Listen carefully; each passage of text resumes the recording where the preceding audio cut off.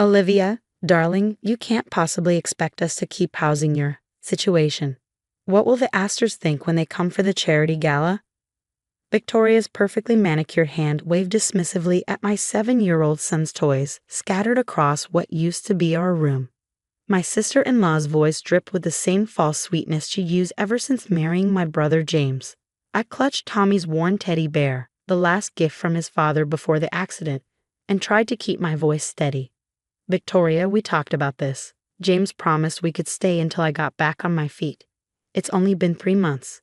Yes, well, things change. She adjusted her designer blazer, a motion I'd seen her practice in the mirror countless times. James agrees it's time for you to find your own place.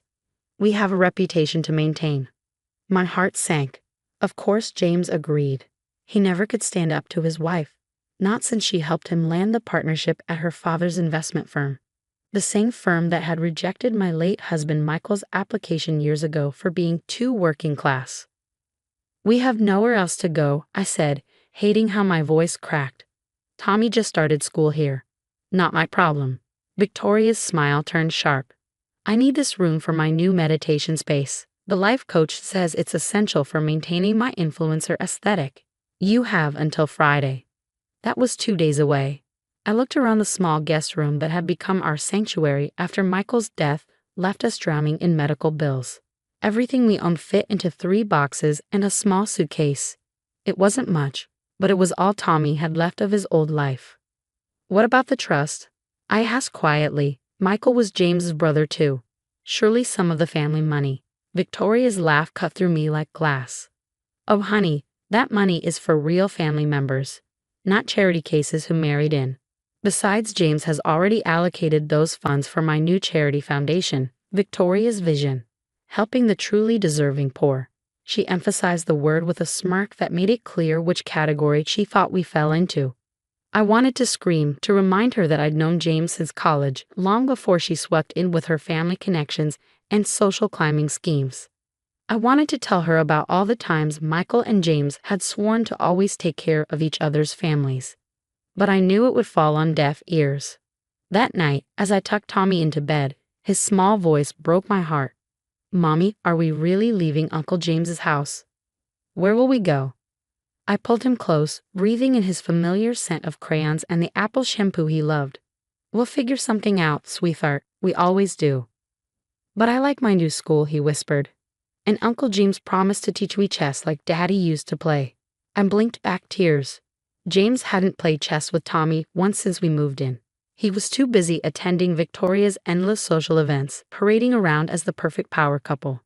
The next day, I came home from my temporary job at the local diner to find our belongings piled unceremoniously in the driveway.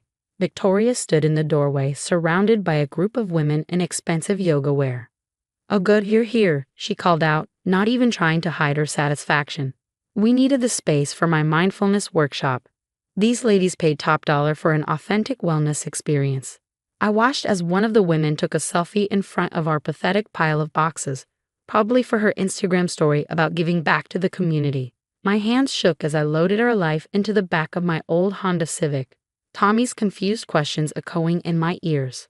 That night, parked behind the 24-hour Walmart, I held my sleeping son and made a silent promise.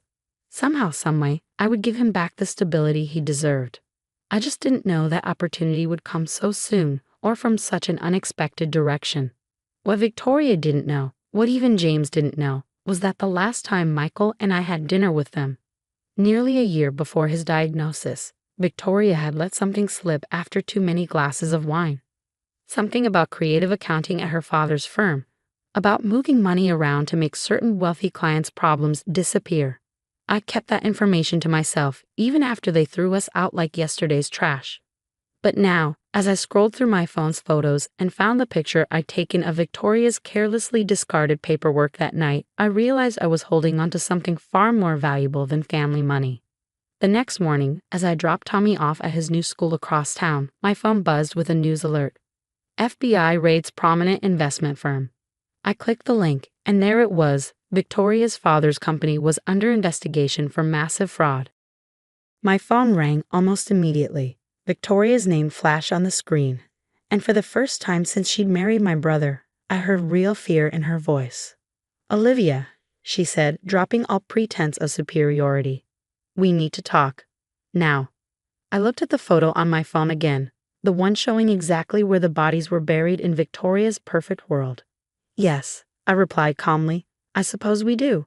I chose to meet Victoria at a small coffee shop across town, far from her usual luxury haunts. The irony wasn't lost on me as she slipped in wearing oversized sunglasses and a plain black hoodie, the kind of common clothing she'd always mocked me for wearing. You look terrible, I'd observed, noting her shaking hands as she clutched her designer purse. Gone was the perfectly coiffed social media queen who had thrown my son's belongings onto her driveway just 3 weeks ago. They arrested Daddy this morning, she whispered, glancing nervously around the cafe. James is being questioned by the FBI. They're saying something about money laundering, tax evasion. Olivia, they're freezing all our accounts. I took a slow sip of my coffee, remembering the night Tommy and I spent in our car because the cheap motel she had generously recommended was full. How unfortunate, I replied. What does this have to do with me? Her composure cracked. Don't play dumb. I know you were there that night, the night I was talking about the special accounts. James said you might have seen something. She leaned forward, desperation evident in her voice. We need those documents back. The ones that disappeared from my desk. You mean the ones showing how your father's firm helped billionaires hide their money in offshore accounts? I pulled out my phone, watching her face pale as I showed her the photo. The same documents you were so carelessly waving around while bragging about your family's influence. Please, she whispered, her carefully maintained facade crumbling completely. Those papers proved Daddy was just following orders from the board. Without them, he'll take the fall for everything. James could go to prison too. James? I raised an eyebrow. My brother, who stood by while you threw his nephew out on the street. That James. Victoria's hands twisted in her lap. I know how it looks, but it wasn't personal. We had an image to maintain, a lifestyle. A lifestyle built on stolen money, I interrupted. While Tommy and I struggled to afford basic necessities, you were hosting parties with money that belonged to other people. What do you want? She asked, her voice small. Name your price. Once this blows over, we can. I laughed, the sound sharp enough to make her flinch. You still don't get it, do you? You think everything can be bought and sold. That's exactly why you're in this mess. Then why did you agree to meet me? I pulled out a thick manila envelope and placed it on the table. Because despite everything, Tommy still asks about his Uncle James. Because somewhere under all that designer clothing and fake charity work, you're still my brother's wife. Victoria reached for the envelope, but I held it firm. But understand this, my help comes with conditions. Anything, she said quickly, too quickly. First, you're going to transfer ownership of the guest house, the one you turned into your wellness space, back to James's family trust, where it belonged before you convinced him to sign it over to you. Tommy and I will live there, rent-free, for as long as we need. She nodded frantically. Done. What else? Second, you're going to publicly apologize. To me, to Tommy, and to all the other families your father's firm has hurt. No PR spin, no social media aesthetic. Just the truth. But my followers are the least of your concerns right now, I cut in. Finally, you're going to start actually helping people. Not with fancy galas and photo ops, but with real work. The kind that doesn't come with a hashtag. Victoria stared at me for a long moment. I could almost see her weighing her options, calculating if there was another way out. Finally, she nodded. The papers, they'll help prove Daddy was just following orders. They'll show he wasn't the mastermind, I confirmed. But he wasn't innocent either. None of you were. As I stood to leave, Victoria grabbed my wrist. Why didn't you turn these over to the FBI right away? You could have ruined us weeks ago. I thought about Tommy, about the lessons I wanted to teach him. Because revenge might feel good for a moment, but justice lasts longer. Sometimes the best way to change people is to show them a better way. I don't deserve your help, she admitted quietly. No, I agreed. You don't, but Tommy deserves his family, and James, despite his mistakes, deserves a chance to make things right. I left her sitting there, the envelope containing her family's potential salvation in her manicured hands. As I walked to my car, my phone buzzed with a text from James, the first contact he had initiated since we were thrown out. Can we talk? It read. Please. I looked up at the clear autumn sky, thinking about second chances and the power of choices. Yes, I typed back. We can talk. 6 months later, I stood in the guesthouse kitchen, watching Tommy and James play chess through the window. My brother was teaching him the same moves Michael used to practice, their heads bent together in concentration. It wasn't perfect, but it was something real, more real than all of Victoria's carefully curated family photos had ever been. The aftermath of the FBI investigation had shaken the foundations of Victoria's perfect world. Her father took a plea deal, his sentence reduced thanks to the evidence I provided showing the board's larger involvement. James avoided criminal charges, but had to step down from the firm. The scandal rocked their social circle, and Victoria's influencer empire crumbled overnight.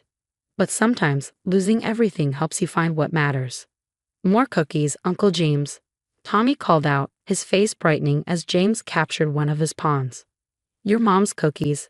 Absolutely, James replied, and I saw genuine warmth in his smile, the kind that had been missing during all those years he'd spent chasing Victoria's version of success.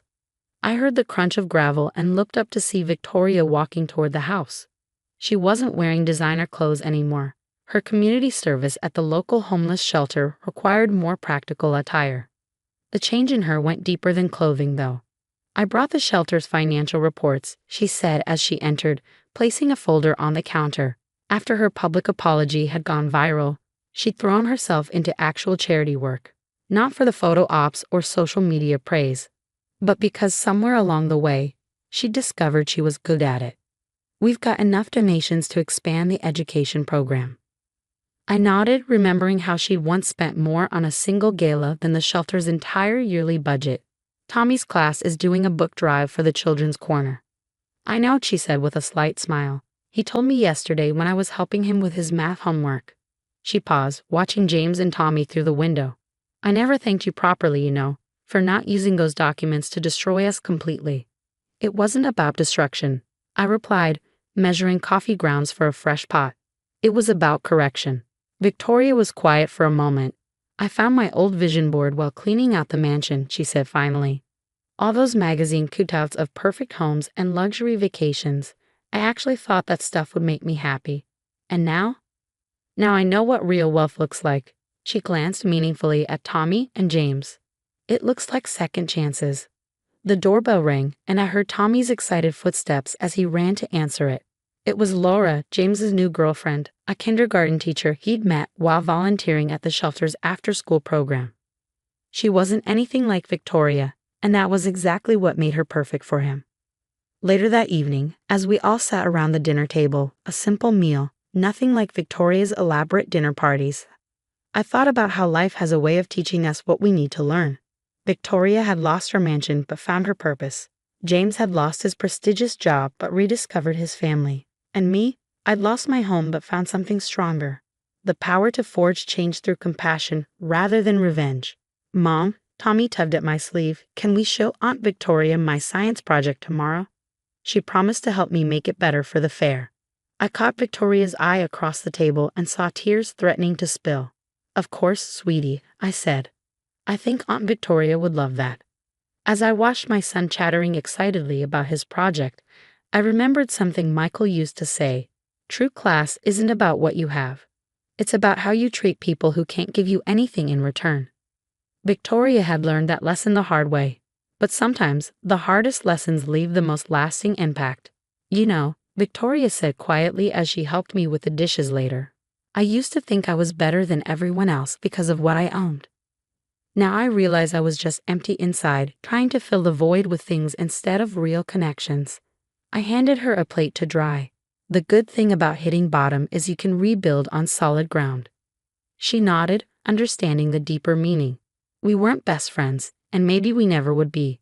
But we were family, not the picture-perfect kind she used to pretend to have, but the real kind, built on understanding, forgiveness, and growth. As I tucked Tommy into bed that night, he asked, "Are we rich now, Mom?" I thought about everything we'd gained and lost over the past months. We're rich in the ways that matter, honey. We have family, we have a home, and we have each other. Some people spend their whole lives chasing wealth and never find that kind of fortune. He smiled sleepily, clutching his teddy bear. The same one I held the day Victoria kicked us out. I like our kind of rich better, he mumbled as he drifted off. I kissed his forehead, silently agreeing. Sometimes life's greatest wealth comes disguised as loss, and its greatest victories wear the face of mercy rather than revenge.